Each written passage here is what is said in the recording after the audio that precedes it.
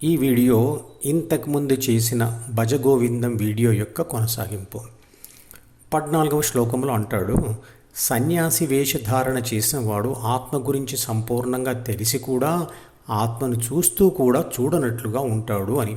అంటే ధ్యానం గురించి సంపూర్ణంగా అర్థం చేసుకున్నవాడు ధ్యాన సాధన చేయకపోతే అతనికి స్థితప్రజ్ఞ రాదు. కాబట్టి స్థితప్రజ్ఞ వచ్చినట్టుగా నటిస్తూ ఉంటాడు. తనకు ధ్యాన గురువుగా గుర్తింపు రావడం కోసం మరియు ఆ గుర్తింపు వల్ల వచ్చే సుఖాల కోసం నటించడం మానేసి ధ్యాన సాధన చేయాలి.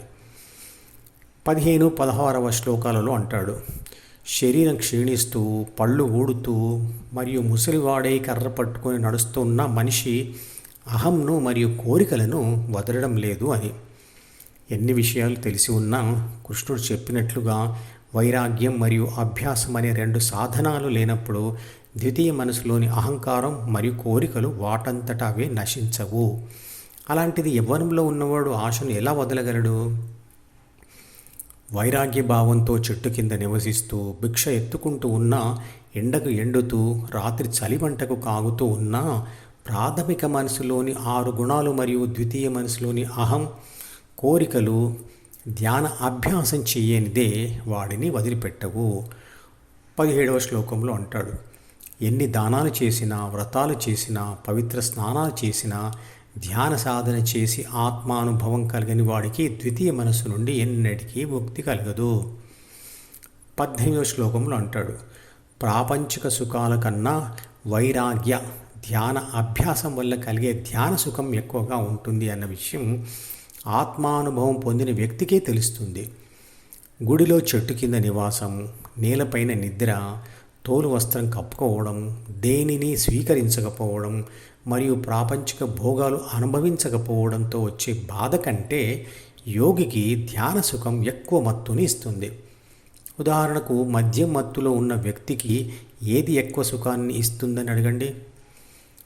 ఇక 19వ శ్లోకంలో అంటాడు, ధ్యానం చేస్తున్నవాడు కానీ, సుఖాలు అనుభవించేవాడు కానీ, బంధాలు పెంచుకునేవాడు కానీ ఎవరి ధ్యాస హృదయంలో స్థిరంగా ఉండగలుగుతుందో వారికి మాత్రమే శాశ్వత శాంతి మరియు ఆనందం ఉంటాయి.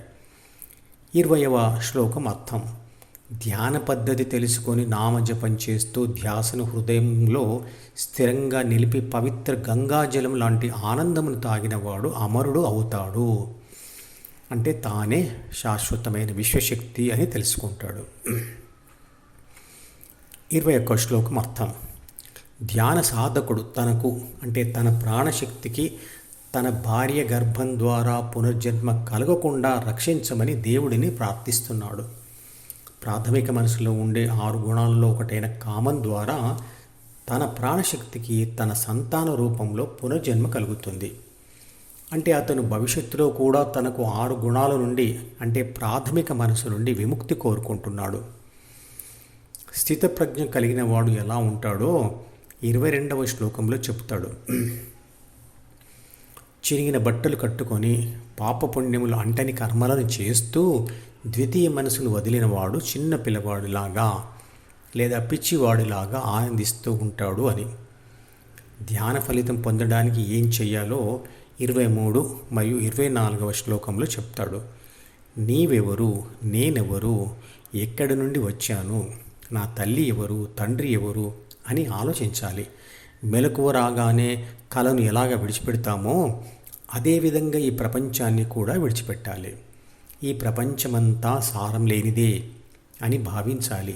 విభేదాలను విడిచిపెట్టి అందరిలో ఉన్న ఆత్మ ఒకటే అని గ్రహించాలి.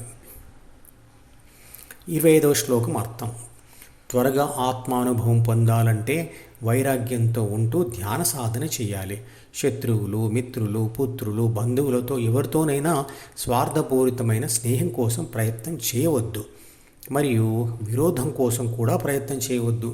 అందరిలో ఒకే ఆత్మ ఉంది అనే భావాన్ని పొందాలి.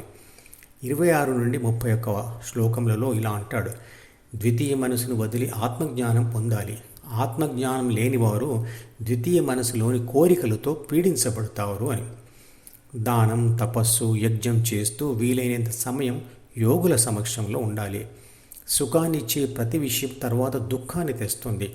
తాత్కాలిక సుఖ దుఃఖాలతో చివరికి మరణమే అని తెలిసిన పాపం చేయడం మానడు మనిషి అంటాడు. పదవి, ధనం అనర్థాన్ని తెస్తుంది. దానివల్ల ధనవంతుడైన తండ్రి హిరణ్యకశ్యపుడు ప్రహ్లాదుడికి భయపడ్డట్టుగా చివరికి తన సొంత పుత్రుడికి కూడా భయపడతాడు అంటాడు. నామజపం చేస్తూ శ్వాస మీద ధ్యాస ఉంచడం, వైరాగ్యం పాటించడం చేస్తూ శాశ్వతమైనది ఏదో దానిని మాత్రమే గ్రహించాలి.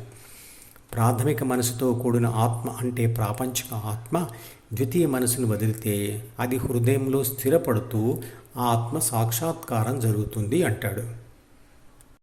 ఈ మధుపదం యూట్యూబ్ ఛానల్ వీడియోని సబ్స్క్రైబ్ చేసి గంట గుర్తును నొక్కి ఆల్ని సెలెక్ట్ చేసి ప్రతిరోజు యూట్యూబ్ ఓపెన్ చేసి అడుగున ఉన్న సబ్స్క్రిప్షన్ బటన్ నొక్కితే అన్ని లేటెస్ట్ వీడియోలు చూడవచ్చు.